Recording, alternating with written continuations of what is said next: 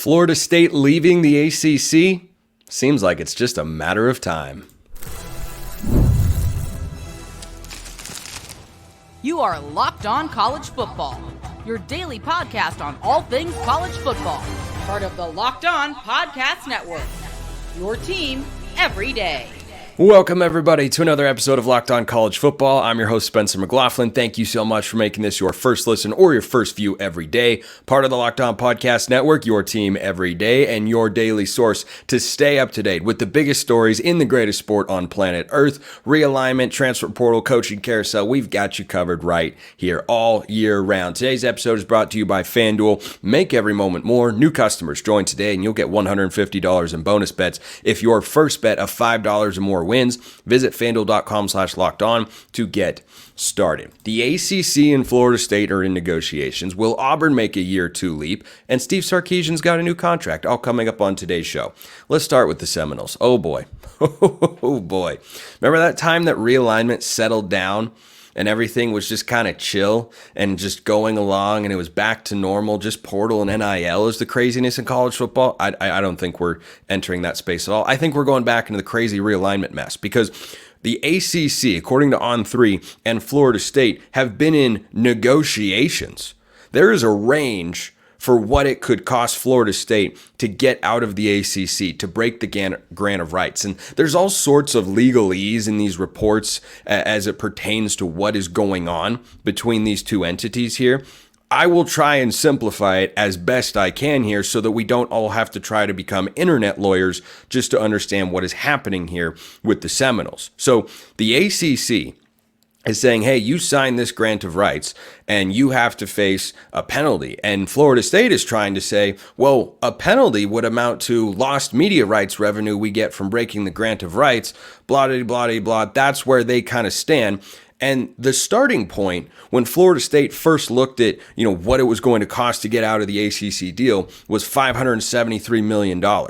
If the judge were to rule completely in their favor, then it would cost them $0 to get out of the grant of rights because they would think that they would be arguing successfully. I don't know that that's going to hold, but I'm not a lawyer.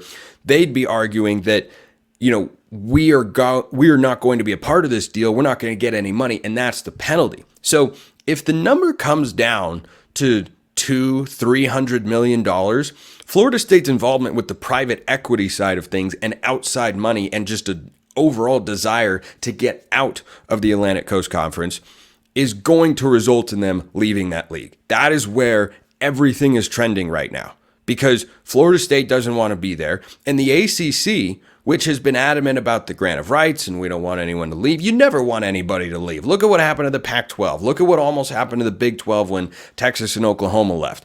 It's an unsettling situation because one move can cause other moves. And you know what we've never seen? We've never seen a major conference realignment move with just the one team. You have not seen a power conference move with just one. It almost happened with Colorado going Pac-12 to Big 12 and everyone else stayed behind, but they rejected the Apple deal and said, nope, that's not good enough, so we're going to go with Colorado here. Well, that happened, of course, after Oregon and Washington went to the Big 10 and they followed along, but that's my point. The dominoes always get falling. The snowball always starts building once one team moves. So if Florida State finds a way out, what's to stop Clemson, Miami, and North Carolina from saying, well, we don't really need to be here anymore either. And we don't want to be here. We don't want to be left behind. We want to be at the major table. We want to be at the big kids table. We want to be at the grown-ups table, not the little kids table. And I understand where they're coming from. On the football side of things, I don't know that it makes the most sense in the world. In fact, I don't think it makes the most sense in any way if you're just talking about access to the playoff. Because if conference champions are going to have automatic berths, well, being a big fish in a small pond is a pretty good setup if you're Florida State with Mike Norvell, who's got a new contract and I think is a very good football coach. So for Florida State, if they come down to settle, they could be playing college football in a different league come 2024 than the ACC. Because these are negotiations where the ACC is starting to come to the middle of the table, according to reports, and they're starting to recognize, we might not have all of the chips stacked in our favor here. We might not have the hand we want to play. We've got, a 3-card run, but we don't have a full-on straight just yet. I'm not a poker player, but I hope that analogy came out pretty well. So if the ACC here in February, I need to remind everybody of that, it's still February. And they're already coming to the table and saying, well, let's talk these things out. Let's figure out what's fair, what's right. So if the line of where, or if the range rather, of where the payout could be for Florida State is somewhere between 0 and $573 million, let's say they landed on $300 million. Well, the ACC media deal on average pays about $36 million per school per year over the course of its entire contract. Could be maybe closer to 40 as, ratings go up and incentives. I don't know all the fine details, but $36 million is about the number. If they were to find their way into, I don't know, the Big Ten, for instance, if the Big Ten wanted to decide to expand south, which is a whole other conversation that may be worth exploring here on the show one day. If they were to start making in the range of, $90 million a year or $80 million or $70, if they didn't get a full share, let's just say they were able to at least double it. If you were getting $35 million, $36 million more per year in media rights, just do a simple math calculation on how long it takes to pay that off. And even if that number and that timeline comes out to, well, they'd have to be in the conference for this many years for it to be worth it, or they would only break even before these things get negotiated again. Florida State is worried not just about the dollar figures, but the pedigree of being in the ACC.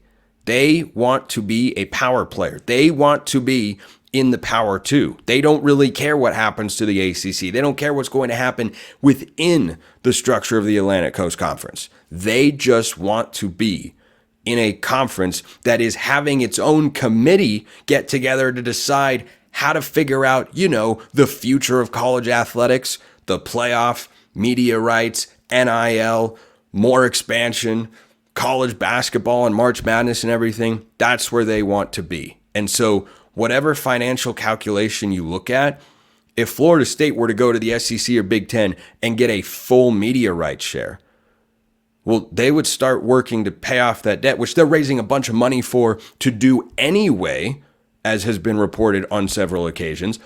They would suddenly be able to make that work financially, and then they would be in a position to where they're not looking at, taking on a huge loss or running up massive amounts of debt within their athletic department, which can fuel moves. You look at what happened at UCLA, for instance. Their athletic department is not in a great spot. In Arizona, they have a new athletic director there in Tucson, partially because the old athletic director, ran a big old deficit of a couple $100 million.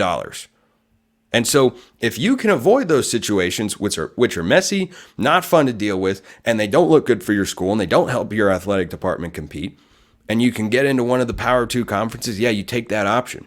And the ACC being willing to just talk about compromises already feels like the snowball is mounting in favor of the Seminoles to find a way out of the ACC. That would trigger a conference-wide collapse because other schools would certainly look to hop on board.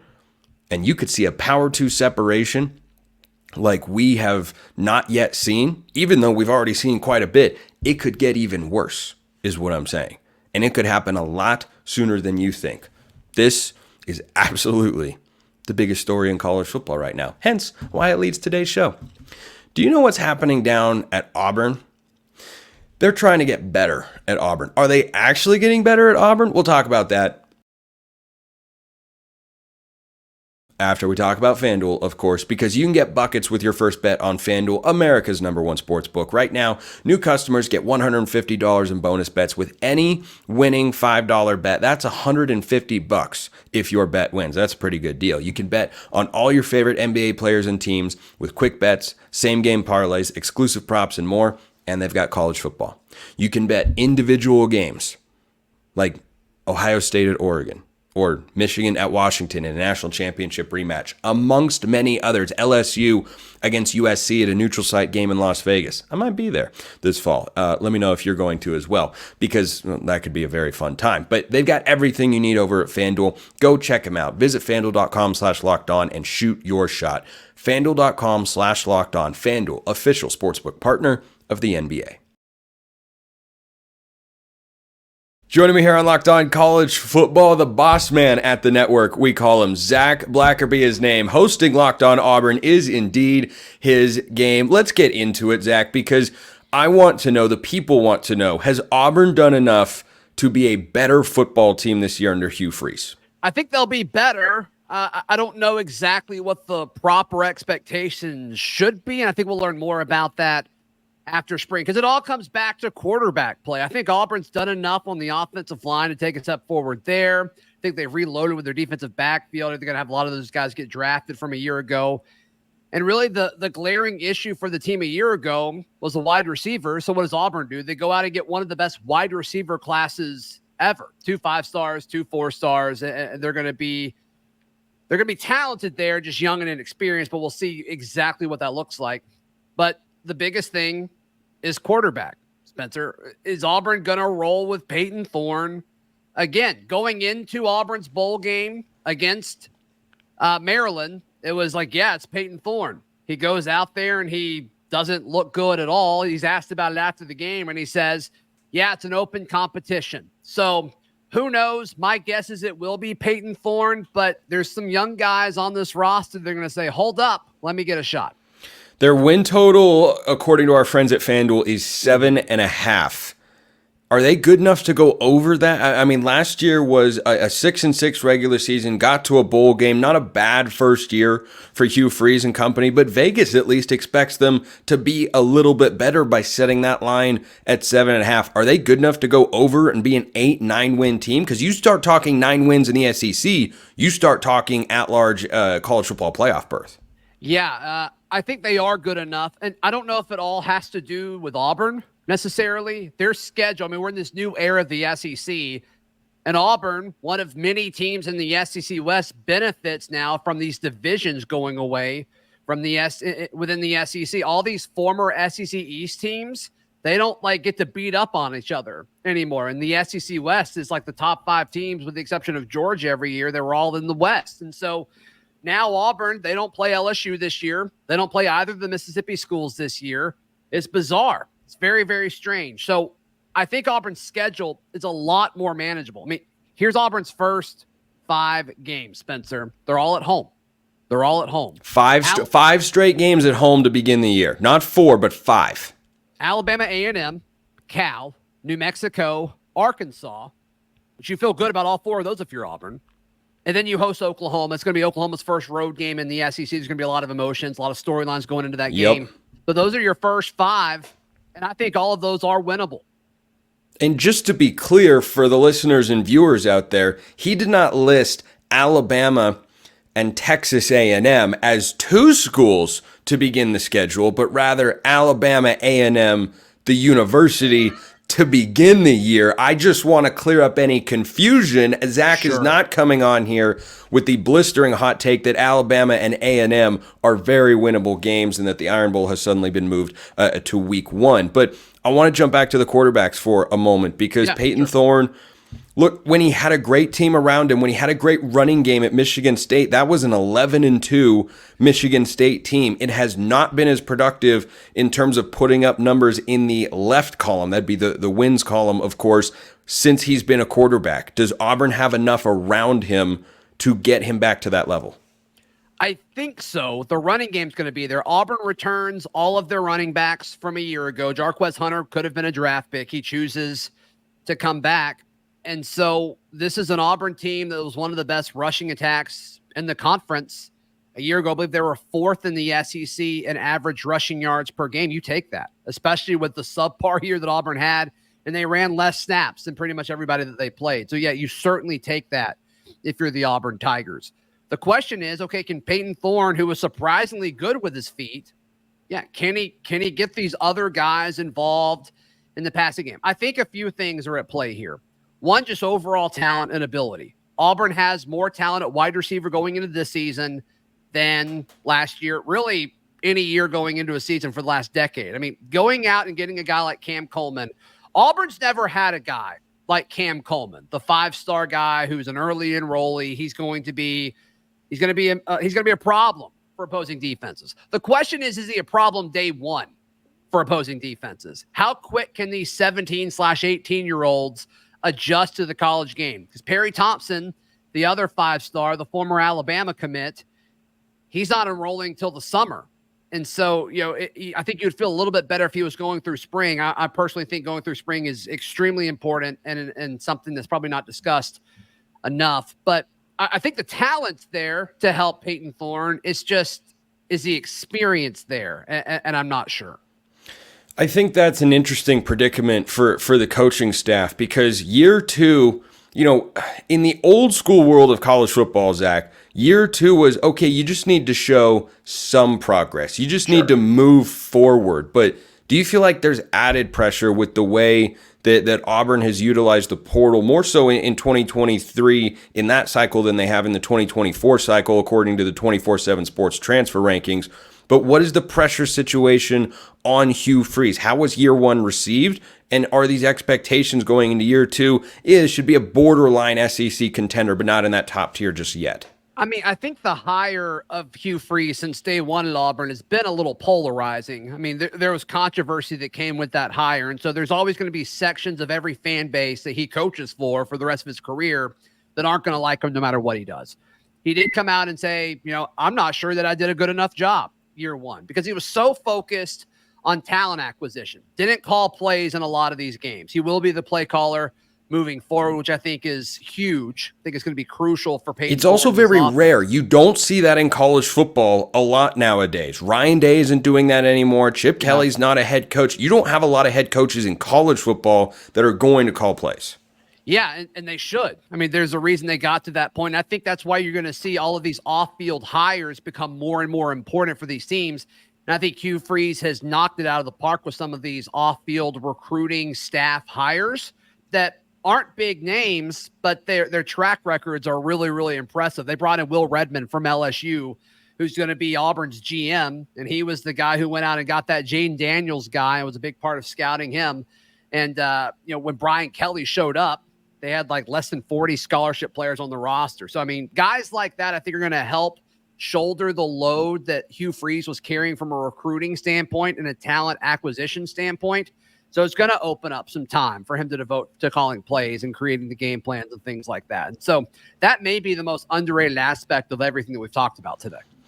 You've talked about some of the newcomers they'll have or key figures offensively, but what about the defensive side of the ball? Are there any transfers or 2024 high school recruits or maybe 2023 guys that you think are poised to pop? Who are the names that have to stand out for Auburn to push to go over that 7.5 win total this year on defense? Yeah, I'll highlight a couple of second-year players, specifically Keldrick Falk. He earned that 5th star late in the recruiting cycle when he went down to the Rivals camp, and he was exceptional. He's going to be a big part of what Auburn needs to do regarding rushing the passer from the defensive end spot. Also, Auburn retained their linebacking room, which over the course of last season became very, very good. Eugene Asante, the former UNC Tar Heel, he chose to come back despite, getting some interest from other places. And so I think those two guys are going to be the key part of your defense. I think Kayin Lee is a future NFL star. He was an Ohio State commit. Auburn flipped him. One of the main guys that Hugh Freeze went out and made a big push for late in that 2023 cycle. And so Kayin Lee at corner, I think that's certainly a guy to watch on defense too. Do you have an early win prediction total yet for Auburn? You got the schedule, you got the offseason moves that have mostly been made. Where do you expect them to be?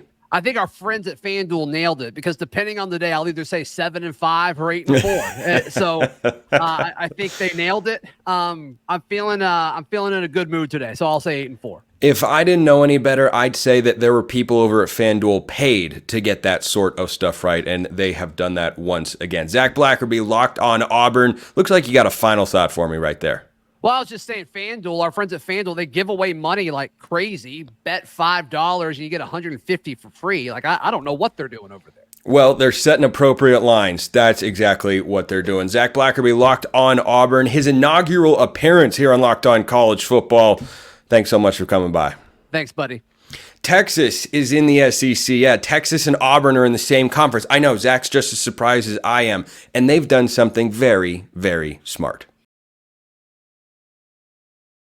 First things first, today's episode of Locked On College Football is brought to you by LinkedIn. When you're hiring for your small business, you want to find quality professionals that are right for the role. That's why you have to check out LinkedIn Jobs. LinkedIn Jobs has the tools to help find the right professionals for your team faster and for free. LinkedIn isn't just another job board, folks. LinkedIn has a vast network of more than 1 billion professionals. That's billion with a B. And it's the best place to hire. It gives you access to professionals you can't find anywhere else. LinkedIn does all that while making the process easy and intuitive. LinkedIn knows that small businesses are wearing so many hats and might not have the time or resources to hire, but they are there for you. Post your job for free at linkedin.com/lockedoncollege. 2.5 million small businesses are already doing so. LinkedIn.com/lockedoncollege. That's LinkedIn.com/lockedoncollege to post your job for free. Terms and conditions apply. Texas extends Steve Sarkisian. Is that the right move? Yeah, I think it's absolutely the right move. He is now a very wealthy man. I think he was before, but he is going to be for the foreseeable future. Chris Gordy, Locked On SEC, is here. Why? Because Texas is in the SEC with teams like Alabama and Georgia and Florida and Tennessee, and Texas is in there. I think this is the right move for two reasons. Number one, not that Sarkisian would have been shopping his name around. He's got everything he needs to win at Texas. You got money, you got brand, you got recruiting, you got everything that you need there as the head coach of the Longhorns. But you solidify your commitment to a guy that has shown he is at his best as a coach in his career as the head man for the University of Texas. And going into the SEC, it's not a conference where you can afford to have any instability, any frustration, any discontent on the coaching side of things. I think this is a stable long-term investment and one that I think will continue to pay off for the Longhorns. Yeah, it's one that needed to happen.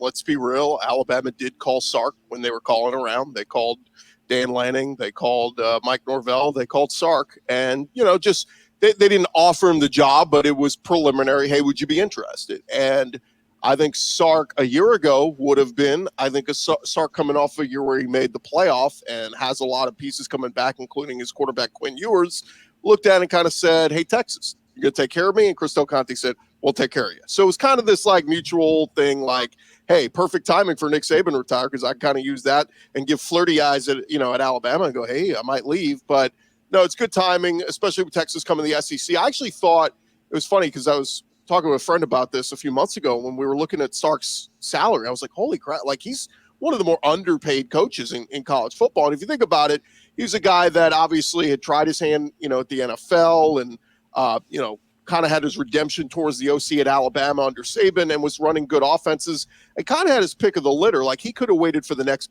big job to come along, but Texas opened up at the right time. They moved on from Tom Herman and brought him in. But it was also a little hesitancy on Texas. Hey, it's a big name, but what if this doesn't work? We need to have an out here. And so I think that's why he was only making just over $5 million last year. This doubles him. He's now up to $10 million, and this puts him in the category with the likes of the Ryan Days and that sort of thing. And especially in the SEC, Kirby Smart's the highest paid. Nick Saban he retired, but you got Brian Kelly just a hair under 10 million, kind of puts him right in on par with those other coaches. There are only 8 college football coaches making $10 million or more in annual salary. Sarkisian's exact number for this upcoming season will be $10.3 million, and 24/7 Sports has a layout of the highest paid coaches in college football. But it's not a coincidence that 2 of the guys on this list are coaches that you mentioned as being tied to the Alabama job, where at least a phone call was made. Mike Norvell at Florida State, big time raise, and the Seminoles, as I talked about earlier, are trying to get out of the ACC, but they're going to have their head coach no matter where they go. You've got Kirby Smart in there. Brian Kelly is at $9.9 million. Why don't we just call it 10 and say that that's good enough and such? But Sarkisian's contract makes him one of the highest paid coaches in all of college football. And going into the SEC, yeah, the Alabama job could have been appealing. There wasn't another clear target there, but certainly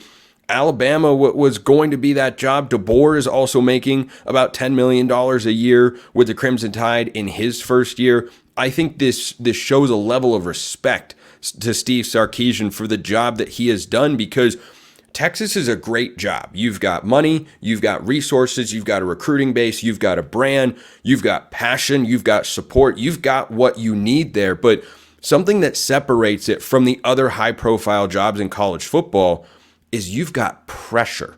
You have got a desire, a need. You've got a need to win in Austin, Texas. That's the sense that I get as someone who, granted, does not live in Austin, but that's the feeling around that program, is they need to win, and they feel Sark is that sort of guy. He looks to be that sort of guy. And the past two coaching hires, the past three, really haven't worked out as well for Texas, and the need hasn't been there. They haven't delivered a season like the one that Steve Sarkisian just did at Texas. And I think as they go into the SEC, they feel like he's a guy who senses, okay, we want to win national championships here. That's the standard. And Sark, as the head coach, the play caller, a good recruiter, can get them to that sort of level. Well, the reality too is, okay, maybe the win totals haven't been all that great since he's been there, right? I mean, this past year was his first big year breaking 30. It was 5-7 and then 8-5, and then this year they get to double-digit wins and make the playoff. The only thing that's a little concerning with it is their two losses last year, to neutral field against Oklahoma and, of course, the Sugar Bowl to Washington. They were favored in both of those. I mean, Texas they were considered a team that could go undefeated last year and win the whole thing. So they fell short a little bit, but I think what's interesting, and it's funny, you were running through some of the big name coaches, and it got me thinking, like, Saban was the highest at 11 million. Don't forget Mel Tucker was in that 10 million a year category at Michigan State before that debacle happened. But yeah, to me, the bigger story is look at the other coaches in the SEC, the next tier. And this is where I put Josh Heupel, Mark Stoops, Lane Kiffin. They're all in the 9 million a year range. So like, that's what, like, do you really, if you're Texas, you really want to be paying your guy 5 million and these other dudes in the SEC going 7-5 and, 6-6 are making almost double what you're making. So it was incumbent on Texas. And look, there's no shortage of money in Austin. They got all the money in the world. So it was incumbent on them to give Sark that raise, keep him happy. And the other thing is too, I talk about the win totals. Yeah, it wasn't great the first 2 years, but look at what he's done in recruiting the last 3 years. That's where he's, buttering his toast. It's been top 10 recruiting classes each of the last couple of years. Got the biggest recruit in recent history in Arch Manning, who's waiting in the wings behind Quinn Ewers. So you're paying Sark for that. Keep recruiting at an all-time level, and then keep, getting this win total increase. And let's make some more noise in the playoff and possibly win a championship. And if he does that, he'll be at Texas for a long time. And this has been a really well-timed situation, I think, for Texas, because Alabama, inquired about Steve Sarkisian. I don't know that the talks ever got really any serious, or I can't even confirm personally if Steve Sarkisian picked up the phone. I imagine that he did, but something that he had to consider and might have changed the landscape if things were different is that Quinn Ewers decided to come back. Didn't go to the NFL draft, said, no, I'm coming back. I want to go win a national championship here, compete at that sort of level, and they're capable of doing so. They've had a great transfer portal this offseason. I like what they have done on the offensive side of the ball. Certainly defense with Sark teams is always going to be the biggest question. They couldn't get stops early in that game. They struggled in the secondary against Washington in the Sugar Bowl semifinal game. But this timing just worked out because Ewers was coming back. Imagine if Quinn Ewers was departing. Imagine a world in which Arch Manning said, no, I don't want to wait any longer. Would Steve Sarkisian still have said Texas is the spot? I think part of the reason that he has decided Austin is the place he wants to establish himself as being worthy of that $10 million plus a year as a head coach in college football is he knows, I got to strike while the iron is hot. I've got a veteran Heisman caliber quarterback in Quinn Ewers. Alabama is undergoing a transition with their first year head coach. This is going to be as open of a season as we can remember in college football, just because Alabama isn't going to be an obstacle for everyone to go through the way they always are, at least in the first year with Kalen DeBoer. Yeah, the interesting part with Texas, and you're right, I mean, having Quinn Ewers back is huge, but the biggest thing with Quinn is he's missed games each of the last 2 seasons. So, Arch Manning's going to have to be ready to go because there's going to likely be, I'd say he's going to have to step in and play in a game or maybe even start a game this year. So it's incumbent that they get him ready throughout spring ball and summer ball, that he's ready to go for the fall because Quinn Ewers has missed time. But they lose a lot on that defense. I mean, when you talk about guys like Tavondre Sweat, Jalen Ford, and Byron Murphy, these are all dudes who are going to hear their names called very early in the NFL draft this year. And that's a lot of production, but not just production, leadership. So, yes, you got Quinn Ewers, but who are the other leaders? I mean, you lose almost all your wide receivers in Xavier Worthy, A.D. Mitchell, Jordan Whittington, J.T. Sanders, the tight ends. So it's just a lot of production they lose. And then keep in mind, you're going to the SEC. And, oh, by the way, you have a non-conference game where you go to Michigan in week 2, the reigning national champs. I know they lose a lot, but that still is a tough place to play. So you look at a home game against Georgia, you get the neutral game against Oklahoma, a road trip at A&M that the Aggies are going to treat like their freaking Super Bowl. I don't care what A&M's record is on that game. They're going to go all out to try to win that game. So when I saw the Vegas win total was at 10.5, I just started leaning and going, you know what, Spencer? I think 10-2. I think there's 2 losses there. Now, 10-2 in the SEC. That's a playoff team. It gets you in the playoff, but I just think, man, this team's not going to go 11-1 or 12-0. I just think it's going to be a little bit of an adjustment going from playing the likes of Baylor and Kansas to having to play the Georgias and the A&Ms. Chris Gordy, Locked On SEC. Great stuff today. Chris, thanks so much for coming on the show. All right. Thanks, Spencer. Appreciate everyone listening. I will see you next time. And until then, hope you have a wonderful rest of your day.